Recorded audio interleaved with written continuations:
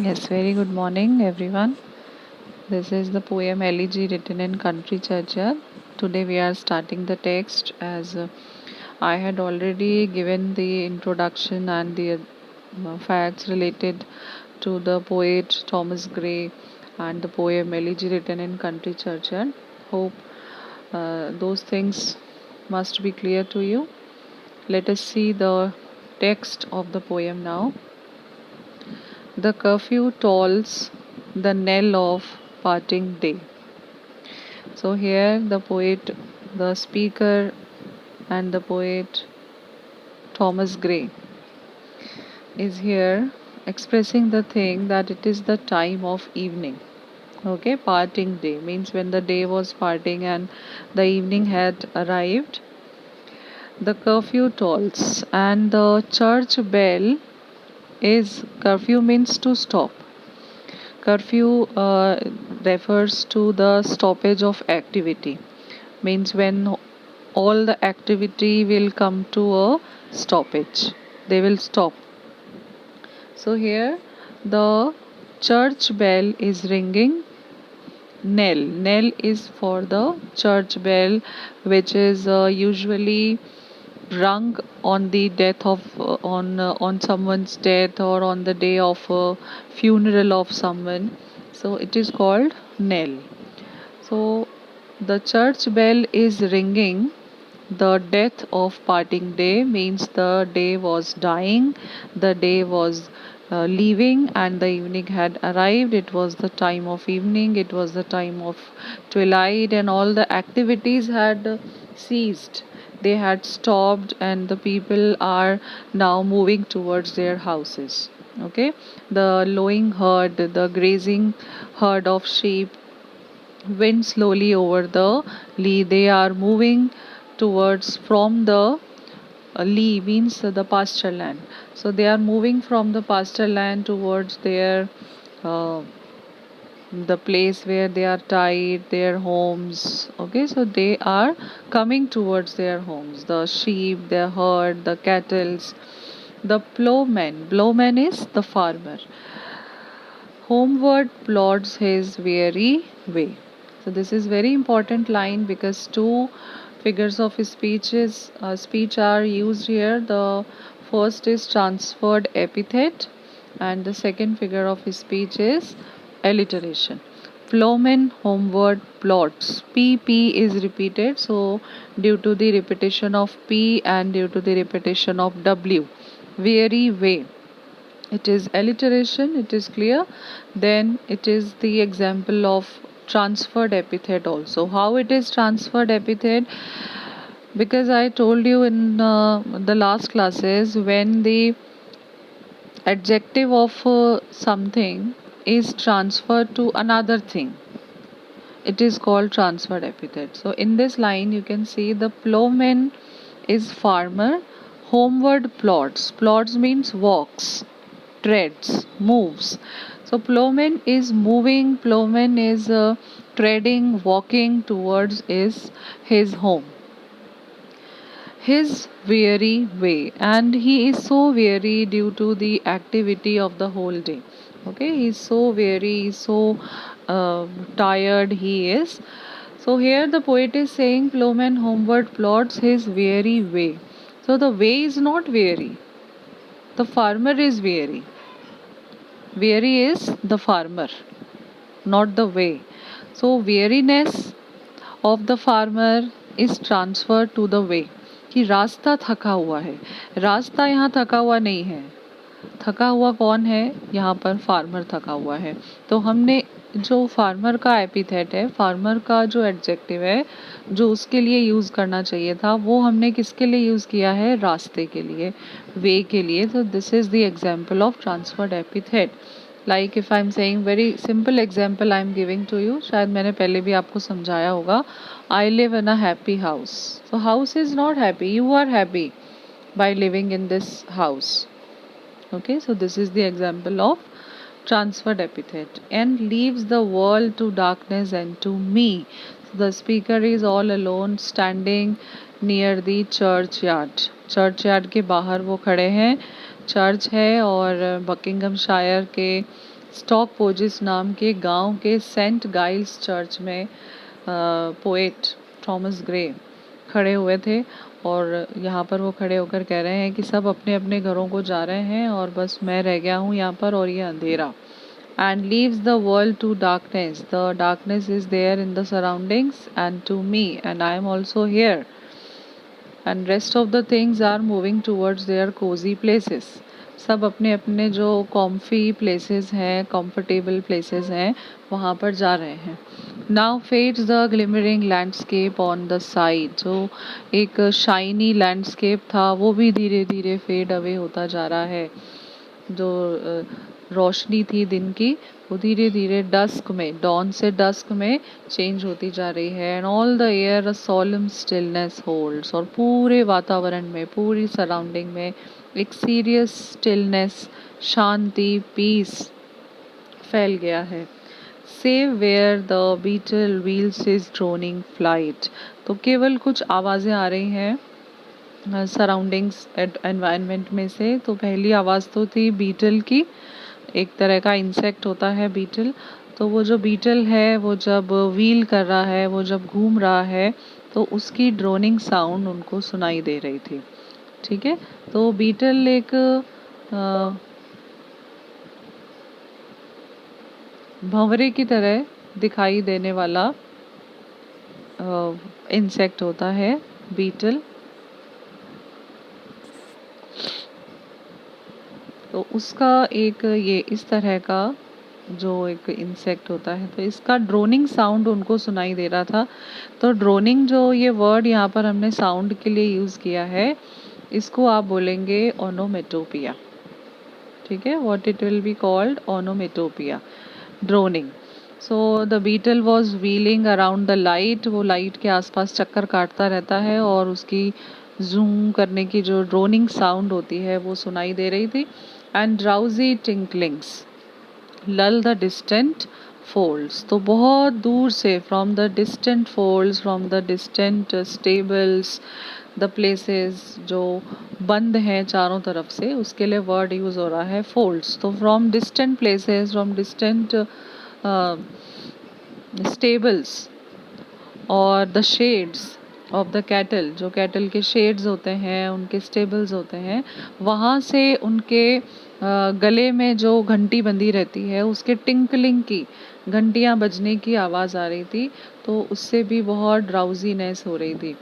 तो ऐसा लग रहा था जैसे नींद आ रही हो, ऐसी एक ललबाई की तरह वो साउंड लग रहा था. It was so drowsy and full of delirium that sound was. So it was appearing like a lullaby, because it was also the time of fatigue and people were tired. Uh, they had been doing their work from the dawn to dusk. So they were tired. तो बहुत थके हुए थे सुबह से रात तक, शाम तक काम कर कर के. Save that from yonder ivy mantle tower the moping owl does to the moon complain. तो एक तो आवाज़ आ रही है हमें ड्रोनिंग साउंड की जो बीटल कर रहा है, और किसकी आ रही है, सेव वेयर. सेव वेयर 2 बार आ रहा है. तो सेव वेयर मीन्स एक्सेप्ट, के अलावा. पूरे एनवायरनमेंट में शांति है, बस इनके अलावा. पहले तो कौन है, बीटल हैं जो बहुत शोर मचा रहे हैं. ठीक है. और ड्राउजी टिंकलिंग है उनकी कैटल की, हमें सुनाई दे रही है. और तीसरा किसके लिए बता रहे हैं, वो from yonder, from there ivy mantled tower. एक बिल्डिंग है, एक पैलेस की तरह बना हुआ बहुत बड़ा सा बिल्डिंग है, टावर है. वहाँ पर आईवी प्लांट, पूरा आईवी प्लांट ने उसको कवर किया हुआ है. आईवी प्लांट एक तरह का क्रीपर होता है. ठीक है. एक तरह की लताएं, बेलें होती हैं. तो वो पूरे उस बिल्डिंग के ऊपर चढ़ गई हैं और वो पूरा आईवी फ्लावर से मेंटल्ड है, यानी कवर्ड है वो टावर. तो उसमें कहीं उस प्लांट के अंदर बैठ के एक आउल, जो मोपिंग यानी कंप्लेन करने वाला एक आउल है, वो मून से कंप्लेन कर रहा है. ठीक है. The moping owl does to the moon complain. So that owl is complaining to the moon. क्यों कंप्लेन कर रहा है, of such as wandering near her secret bower. तो ये एक फीमेल आउल है और वो अकेला है. तो ये फीमेल आउल जो अकेली हैं, हम कह सकते हैं उनको, तो उनको जो अपने मेल आउल हैं वो उनके साथ नहीं है। और बहुत वो वैसे भी जैसे हम हिंदी में पढ़ते हैं कि कई सारी ऐसी पोएम्स हैं कि जो रानी हैं वो महल में बैठकर और विरह का गीत गा रही हैं कि उनके जो राजा हैं वो कहीं युद्ध में लड़ने गए हैं और वो अभी तक लौटे नहीं हैं। तो वो अपने बॉवर में बैठकर, पैलेस में बैठकर विरह का, विदाई का और उनसे दूर रहने की वजह से वो बहुत परेशान है। So she is in a singing mood off that valediction song, a farewell song, or you can say the song of being alone. So here this owl is also all alone, so she is complaining to the moon कि ये जो लोग हैं वो मेरे secret Bower के पास आ रहे हैं, मेरे सीक्रेट प्लेस के पास आ रहे हैं और मेरे को डिस्टर्ब कर रहे हैं आकर। मोलेस्ट हर मीन्स डिस्टर्ब्स हर एंशियंट सॉलिटरी रेन, कि मैं इतने समय से, बहुत टाइम से यहाँ पर सॉलिटरी, ऑल अलोन यहाँ पर रूल कर रही हूँ, यहाँ पर मैं रहती हूँ। This ivy mantled tower is my native place, is my residence and the people are coming here at this time. Suddenly the movement is increase, बहुत सारे लोग आ रहे हैं, जा रहे हैं और शाम का समय है तो सब लोगों का आना जाना बहुत ज़्यादा लगा हुआ है। तो these people are coming near my house, near my secret place of living and disturbing my solitary reign, disturbing my soul reign. मेरा जो एकमात्र, मैं यहाँ की रूलर हूँ, यहाँ पे रहने वाली हूँ, तो ये लोग आकर मुझे डिस्टर्ब कर रहे हैं। तो ये किसको कंप्लेन कर रही है? मून को कंप्लेन कर रही है। बीनीथ दोज रजेड एम्स, तो यहाँ पर जहाँ पोएट खड़े हैं वहाँ पर ट्री हैं। तो इन ट्रीज़ के नाम भी लास्ट ईयर्स यूनिवर्सिटी एग्जाम्स में पूछे गए हैं कि जहाँ पर पोएट खड़े थे या जो वो चर्च यार्ड था, which trees were growing in that churchyard. So first tree is elms, ELMS। तो उस एम ट्री के नीचे रजेड यानी बहुत रफ उसका बार्क है, उसका तना है। दैट यू ट्रीज शेड, तो एम ट्री है और यू ट्री है, ELM elms and YEW.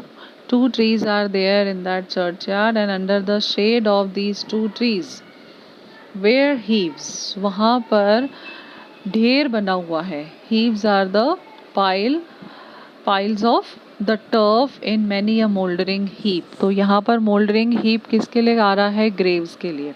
तो under the shade of yew tree, under the shade of elm tree there are some graves, कब्र हैं वहाँ पर, वो मोल्डरिंग हीप्स हैं और उनके ऊपर क्या आ गई है? घास आ गई है। Each in his narrow cell for ever laid, और इन सब कब्रों में, इन सब ग्रेव्स में कौन लेटे हुए हैं? अपने अपने नैरो सेल में। नैरो सेल किसको बोला है? The place inside the grave, grave के अंदर की, कब्र के अंदर की जो जगह है जहाँ पर कि उन पीपल को लिटाया गया है, तो that place is so narrow. आपने लास्ट ईयर पढ़ा था ना, how much land does a man need? 6 feet. तो वो जो 6 फीट लैंड है वो बहुत नैरो सेल में वो लोग लेटे हुए हैं। कौन लेटे हुए हैं? That the rude forefathers of the hamlet sleep. Okay, the rude means rustic belonging to this village, इस गांव के पूर्वज लेटे हुए हैं। 4 fathers of the hamlet of this village sleep, they are asleep in this in these graves forever, हमेशा के लिए वो इन ग्रेव्स में सोए हुए हैं। और ये ग्रेव्स कौन से ट्रीज के शेड में हैं?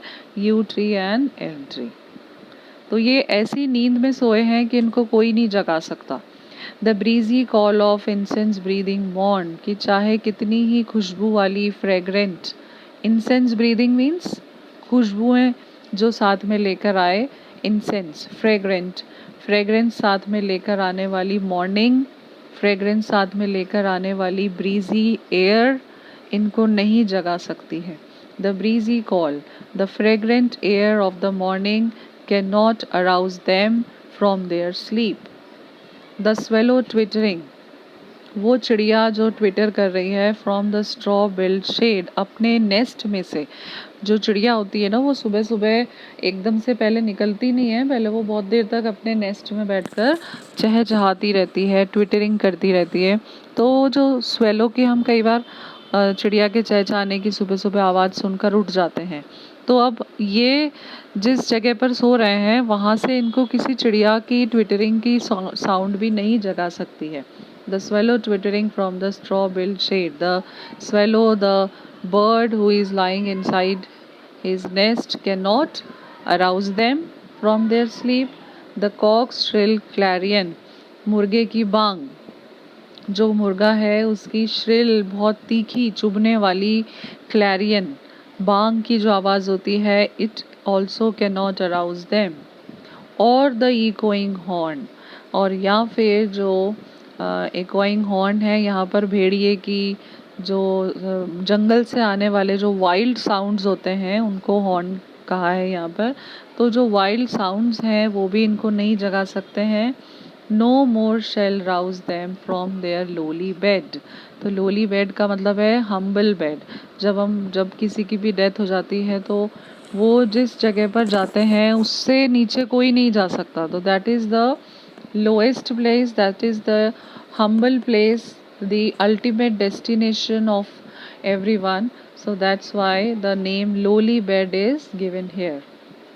तो ये सारी चीज़ें, इकोइंग हॉर्न जो है वो कैटल के लिए भी यूज़ होता है। जो कैटल के साउंड्स हैं, जो सुबह सुबह गाय के, बैल के, किसी के रंभाने की आवाज़ आती है, तो ये सब भी जो भी सराउंडिंग एनवायरनमेंट में से एको हो रहा है, nothing is capable to arouse them from their permanent sleep. वो इतनी गहरी नींद में चले गए हैं कि ये कोई चीज़ उनको नहीं जगा सकती। From their lowly bed, from their graves, for them no more the blazing heart shall burn. अब इनका इंतज़ार कोई नहीं करता है। शाम के समय, अभी शाम का समय है, इवनिंग का टाइम है, तो सब अपने अपने घरों की तरफ जा रहे हैं, फार्मर्स जा रहे हैं। तो जो फार्मर्स की जो वाइफ्स होंगी वो उनका इंतज़ार कर रही होंगी, उनके लिए उन्होंने गर्म खाना बनाया होगा, चूल्हा जलाया होगा। तो अब इनके लिए कोई चूल्हे नहीं जलाए जाएंगे। Blazing hearth, no hearth, no stoves will be burned for them for preparing food. Okay, because nobody is waiting for them. No more the blazing heart shall burn. No more the flames will be burned for their weight. Means they will come and we will serve the food, because they will not return anymore to their houses.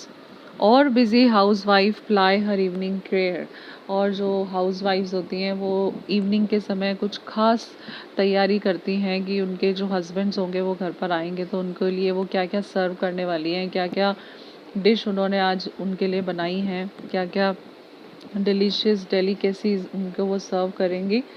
तो now they are not much careful about those things. अब उनको कोई परवाह नहीं है क्योंकि वो कभी लौटेंगे ही नहीं, इनके house wives. Now they have no time to spare for prepare something delicious for them.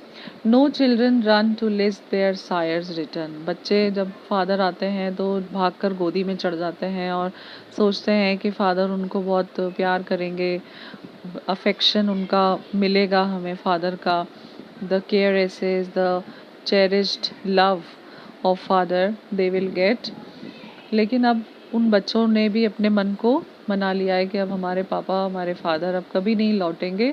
No children run to lisp, means उनकी तुतलाती हुई सी आवाज़ में अब वो फादर को नहीं बुलाएंगे। लिस्प इज तो to say in some very lovely voice like a child their sires return, कि पापा घर आ गए हैं, ऐसा वो कभी ये बोलकर उनकी गोदी में नहीं चढ़ेंगे। और क्लाइंब हिज नीज द एनवीड किस टू शेयर, तो बच्चे अगर एक ही है तो उसके लिए तो एनवी का सवाल है ही नहीं। अगर घर में एक नहीं 2 3 4 बच्चे हैं तो सब दोनों तीनों भागकर जाएंगे और फादर किसको अपनी गोद में उठाकर किस करेंगे, किसको वो ज़्यादा अफेक्शन देंगे अपना आने के बाद में। तो ये जो दूसरे जो 2 बच्चे होंगे उनके लिए इट विल बी एनवियस। तो वो एनवीड किस है, फादर का जो किस है वो एनवीड किस है कि किसको मिलेगा, और जिसको मिलेगा तो वो तो बहुत लाडला है, जिसको नहीं मिलेगा उसके लिए वो जेलस करेगा कि इसको पापा ज़्यादा प्यार करते हैं, है ना। ऐसा बच्चों के बीच में होता है, घर में 2 3 4 बच्चे साथ में रहते हैं तो ये रहता है कि मम्मी से भी और पापा से भी ये शिकायत रहती है कि आप उसको ज़्यादा प्यार करते हो, मुझे नहीं करते हो। तो वही चीज़ वो यहाँ पर कह रहे हैं कि when they will climb the knees to their father, which of the children will get that kiss, who will share that kiss, is it is the thing of envy। तो वो एनवीड किस किसको शेयर होगा, किसको मिलेगा, ये उनके लिए बहुत एनवी की बात थी। तो यहाँ तक हमने किया। अब यहाँ से हम कल करेंगे oft did the harvest. Tomorrow I will be sending you the next video. Okay, thank you so much.